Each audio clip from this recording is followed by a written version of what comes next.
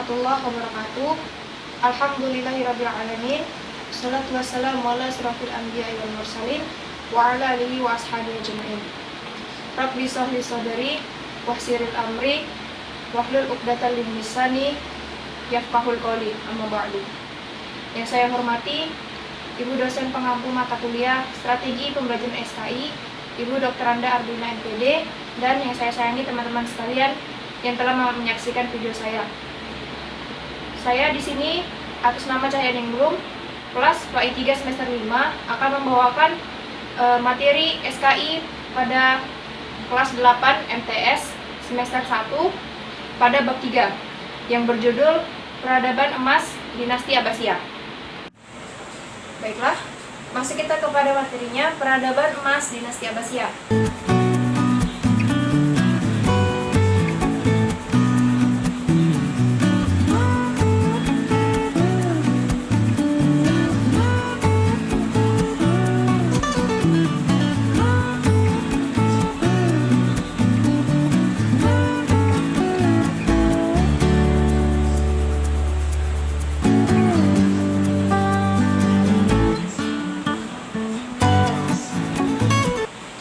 Sebelum kita masuk kepada materi ini, perlu kita ketahui bahwasanya ada dinasti yang berdiri sebelum dinasti Abbasiyah, yaitu dinasti Umayyah. Dinasti Umayyah runtuh pada masa kekuasaan Hisham ibnu Abdul Malik pada tahun 724 sampai dengan 743 Masehi. Penyebab utama daripada runtuhnya dinasti Umayyah adalah mayoritas umatnya itu lebih suka minum-minuman keras, dan juga mereka suka berburu, dan mereka lebih mencintai lagu dan juga puisi ketimbang memelihara dan mencintai Al-Quran dan membaca Al-Quran. Dan juga mereka tidak fokus gitu untuk memelihara dan juga mengurus semua urusan negara mereka. Setelah runtuhnya dinasti Umayyah, lalu berdirilah dinasti Abbasiyah.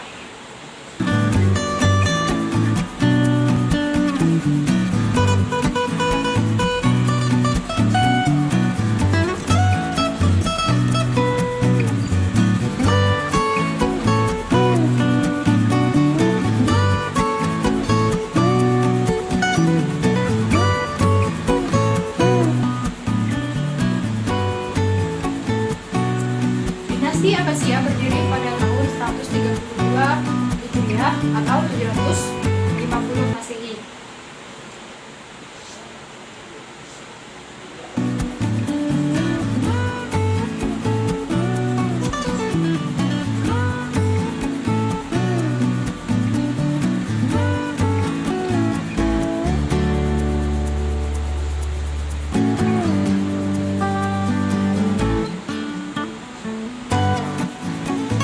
Dinasti Abbasiyah berdiri pertama kali di bawah pimpinan Abdullah As-Saffah.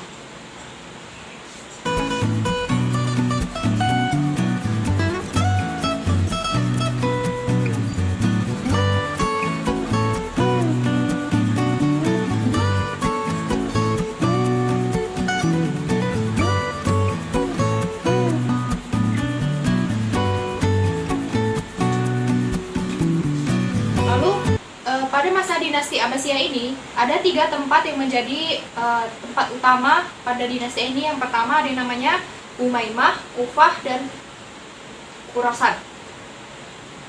Pada di kota Umaymah bermukim keluarga Abbasiyah. Salah seorang pimpinannya bernama Al-Imam Muhammad bin Ali yang merupakan peletak dasar-dasar bagi berdirinya dinasti Abbasiyah. Para penerang Abbasiyah berjumlah 150 orang. Di bawah para pimpinannya berjumlah 12 orang, dan puncak pimpinannya adalah Muhammad bin Ali. Lalu penguasa pada wilayah Kufah dan Khurasan adalah Yazid bin Umar bin Hubairah, ditaklukkan oleh Abbasiyah dan diusir ke Wasit. Abu Salamah selanjutnya bermekah ke Kufah yang telah ditaklukkan pada tahun 132 Hijriah. Abdullah bin Ali, salah seorang paman Abdul Abbas, diperintahkan untuk mengejar Khalifah Umayyah terakhir, Marwan bin Muhammad, bersama pasukannya yang melarikan diri, di mana akhirnya dapat dipukul di dataran rendah. Sungai Zab. Lalu, Kekhalifahan As-Saffah hanya bertahan selama 4 tahun 9 bulan. Ia wafat pada tahun 1136 Hijriah di usia 33 tahun.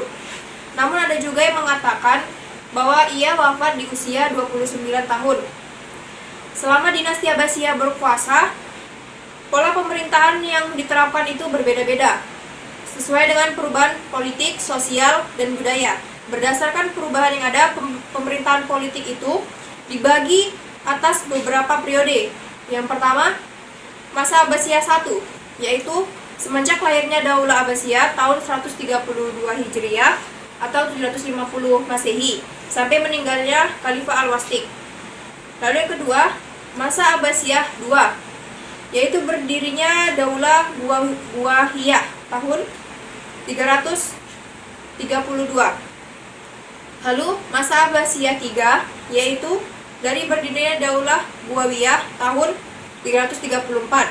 Lalu yang terakhir masa Abbasiyah IV, yaitu masuknya orang-orang Saljuk ke Baghdad tahun 447 Hijriah sampai jatuhnya Baghdad ke tangan bangsa Mongol di bawah pimpinan Hulagu Khan pada tahun 656 Hijriah.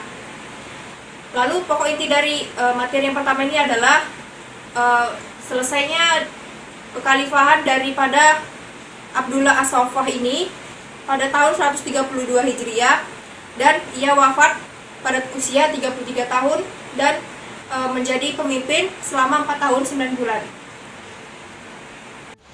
Baiklah, masuk kepada pembahasan kedua, kebudayaan pada masa dinasti Abbasiyah. Yang pertama, keadaan sosialnya.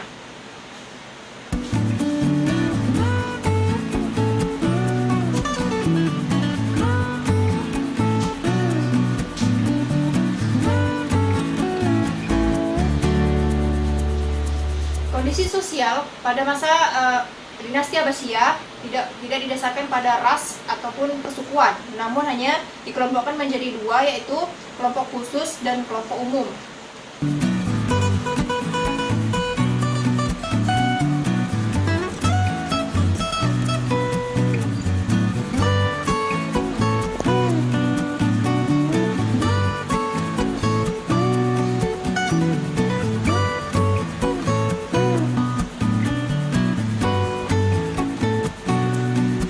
Kepada golongan kelompok khusus, yaitu khalifah, para pembesar agama, kaum bangsawan, dan Bani Hashim.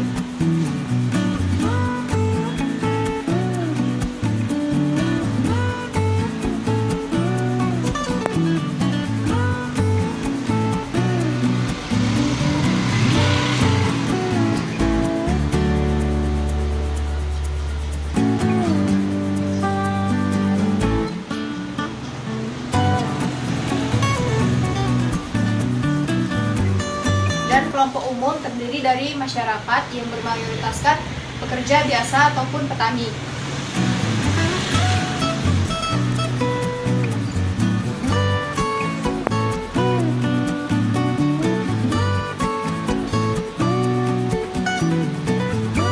Ada pula beberapa hal yang mencolok dari perubahan di dinasti Abbasiyah ini.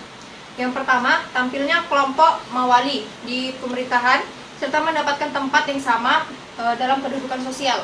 Jadi sebelumnya, pada masa dinasti Umayyah, kelompok Mawali ini tidak boleh turun ke masyarakat dan tidak diakui keberadaannya di lingkungan sekitar.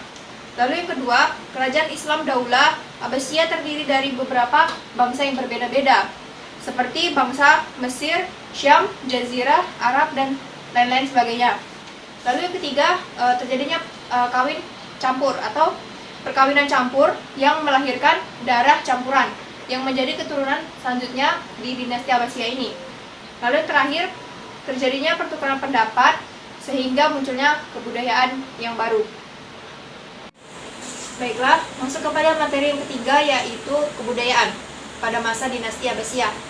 Ada 4 kebudayaan yang mempengaruhi kehidupan sosial di dalam dinasti Abbasiyah ini. Yang pertama ada kebudayaan Persia, yaitu yang terjadi karena 2 faktor, yaitu pembentukan lembaga wizarah dan pemindahan ibu kota. Lalu ada yang kedua, kebudayaan Hindia, yang ketiga, kebudayaan Yunani, dan yang keempat, kebudayaan Arab.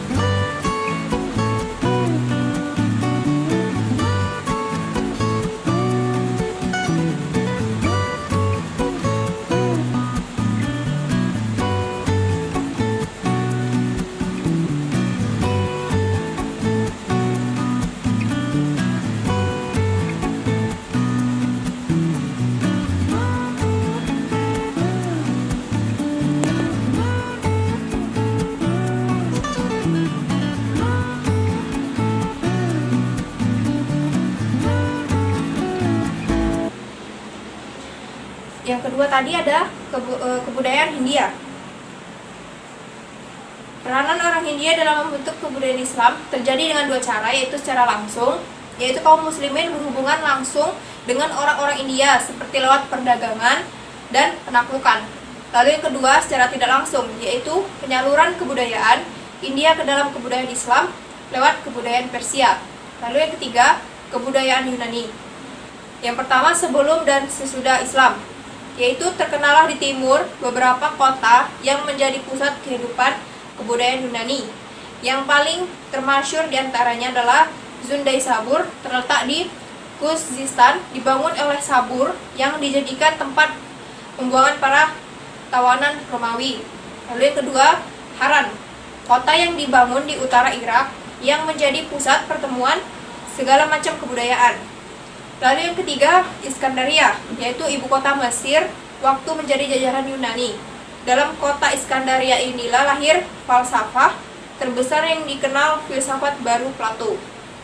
Lalu yang keempat, kebudayaan Arab. Masuknya kebudayaan Arab ke dalam kebudayaan Islam yang terjadi dengan dua jalan utama, yaitu jalan agama dan yang kedua jalan bahasa. Baiklah, masuk kepada materi yang keempat, yaitu politik pada masa dinasti Abbasiyah. Politik pada masa dinasti Abbasiyah terjadi selama 4 periode. Periode pertama 750 sampai 847 Masehi. Periode yang kedua tahun 847 sampai dengan 945 Masehi. Periode yang ketiga tahun 945 sampai 1055 Masehi. Lalu periode yang keempat tahun 1055 sampai dengan 1199 Masehi.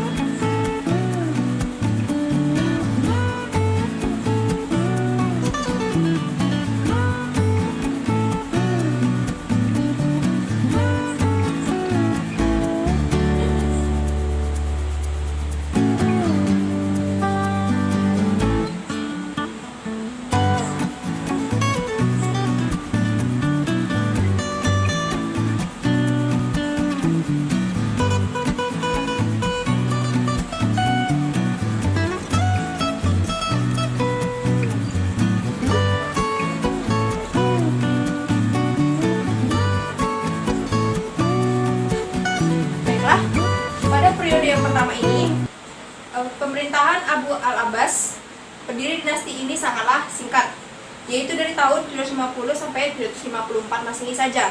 Karena itu, pembina sebenarnya dari Daulah Abbasiyah adalah Abu Ja'far al-Mansur, yaitu pada tahun 754 sampai dengan 754 Masehi. Pada mulanya ibu kota negara adalah Al-Hashimiyah, dekat Kufah. Namun untuk lebih memantapkan dan menjaga stabilitas negara yang baru berdiri itu, Al-Mansur memindahkan ibu kota negara ke kota yang baru dibangunnya, yaitu Baghdad, dan bekas dari ibu kota Persia atau Ctesiphon. Lalu pada masa periode yang pertama ini adalah masa kemasan dari dinasti Abbasiyah, yaitu secara politis kemakmuran masyarakat mencapai tingkat yang tertinggi. Namun pada periode kedua tahun 847 sampai 945 Masehi, Abbasiyah mengalami kemunduran akibat dipimpin oleh khalifah yang lemah. Pada masa periode kedua ini Turki merebut kekuasaan dari Bani Abbasiyah. Lalu masuk ke periode ketiga tahun 945 sampai 1055 Masehi. Pada periode ini Bani Abbasiyah lebih buruk daripada periode sebelumnya, dikarenakan pemimpin dari periode ketiga ini Bani Buai. Bani Buai ini adalah pengikut daripada Syiah. Jadi Bani Abbasiyah tidak terarah secara teratur pada kepemimpinan Bani Buai. Lalu pada periode keempat tahun 1055 sampai 1199 Masehi, pemerintahan tidak terletak di Baghdad, namun dibagi atas beberapa provinsi. Jadi waktu sistem pemerintahan sudah lemah, beberapa provinsi ini malah memerdekakan diri mereka sendiri dan terbagi-bagi menjadi beberapa bagian dan merdeka sendiri. Para khalifah Abbasiyah sudah merdeka dan berkuasa kembali, tapi hanya di Baghdad dan di sekitarnya. Baiklah, masuk pada materi yang kelima, yaitu ilmu pengetahuan pada masa dinasti Abbasiyah. Pada masa dinasti ini ada dua ilmu, yaitu ilmu pengetahuan umum dan ilmu pengetahuan agama. Yang pertama, ilmu pengetahuan umum terdiri dari ilmu filsafat, kedokteran, farmasi, astronomi, matematika, sejarah, dan biografi. Yang kedua, ilmu pengetahuan agama terdiri dari ilmu hadis, ilmu tafsir, dan ilmu fikih.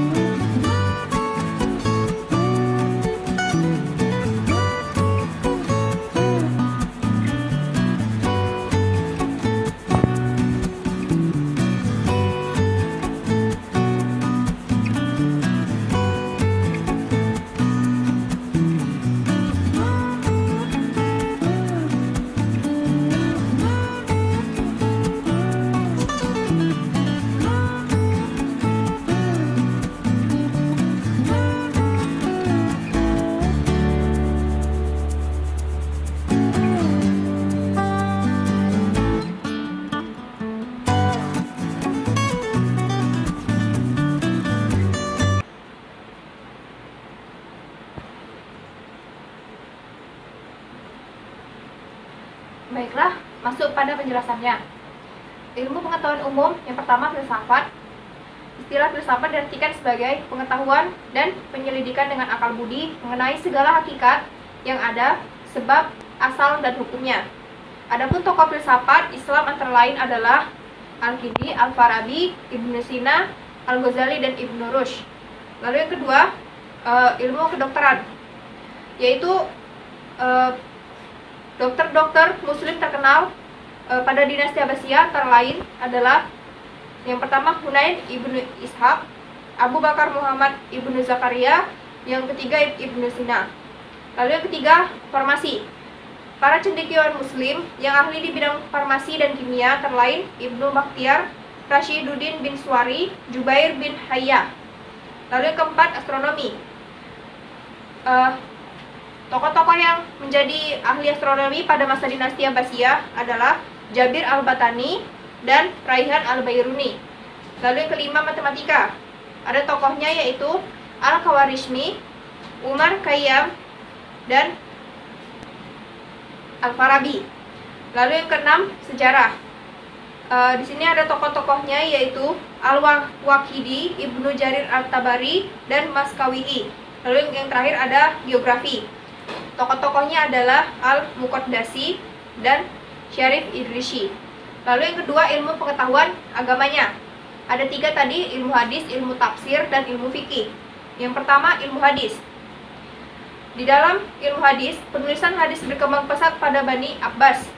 Hal itu mungkin terutama disebabkan oleh tersedianya fasilitas dan transportasi, sehingga memudahkan para pencari dan penulis hadis bekerja. Dan hadis merupakan sumber hukum kedua setelah Al-Quran. Di antara tokoh yang terkenal di bidang ini adalah Imam Bukhari, Imam Muslim, Ibnu Majah, Abu Daud, At-Tirmizi, dan An-Nasai. Lalu yang kedua, ilmu tafsir. Dalam bidang tafsir, sejak awal sudah dikenal 2 metode penafsiran. Yang pertama, tafsir bi al-mansur, lalu yang kedua ada tafsir bi al-ra'i.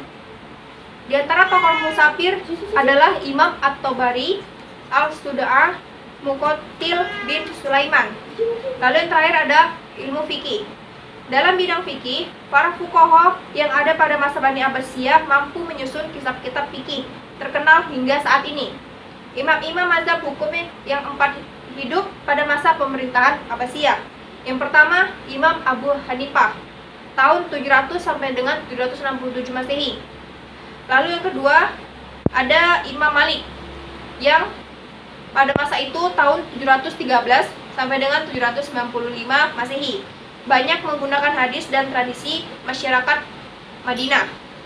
Lalu yang ketiga adalah Imam Ahmad bin Hambal, tahun 780 sampai 855. Imam Syafi'i menyusun kitab Al-Um dan Fikih Al-Akbar fi Al-Tauhid, dan Imam Ibnu Hambal menyusun kitab Al-Musnad Ahmad bin Hambal. Di samping 4 pendiri mazhab besar tersebut, pada masa pemerintahan Bani Abbas, banyak mujtahid mutlak lain yang mengeluarkan pendapatnya secara bebas dan mendirikan mazhabnya pula. Akan tetapi, karena pengikutnya tidak berkembang, pemikiran mazhab itu hilang bersama dengan berlalunya zaman. Maka dari itu hanya 4 pendiri tadi, mazhab tadi yang diakui sampai dengan sekarang.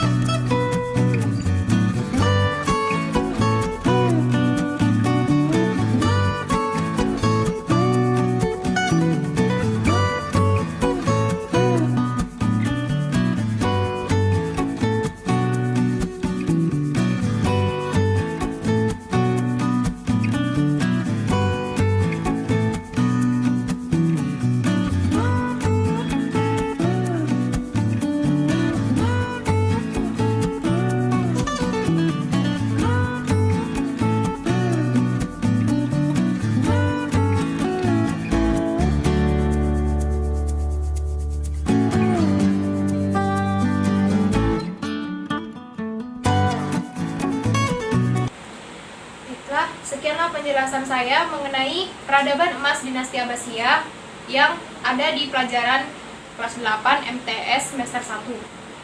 Kepada Allah saya mohon ampun, kepada ibu dan kepada teman-teman saya mohon maaf apabila ada salah kata. Saya akhiri dengan wabillahi taufiq wal hidayah. Assalamualaikum warahmatullahi wabarakatuh.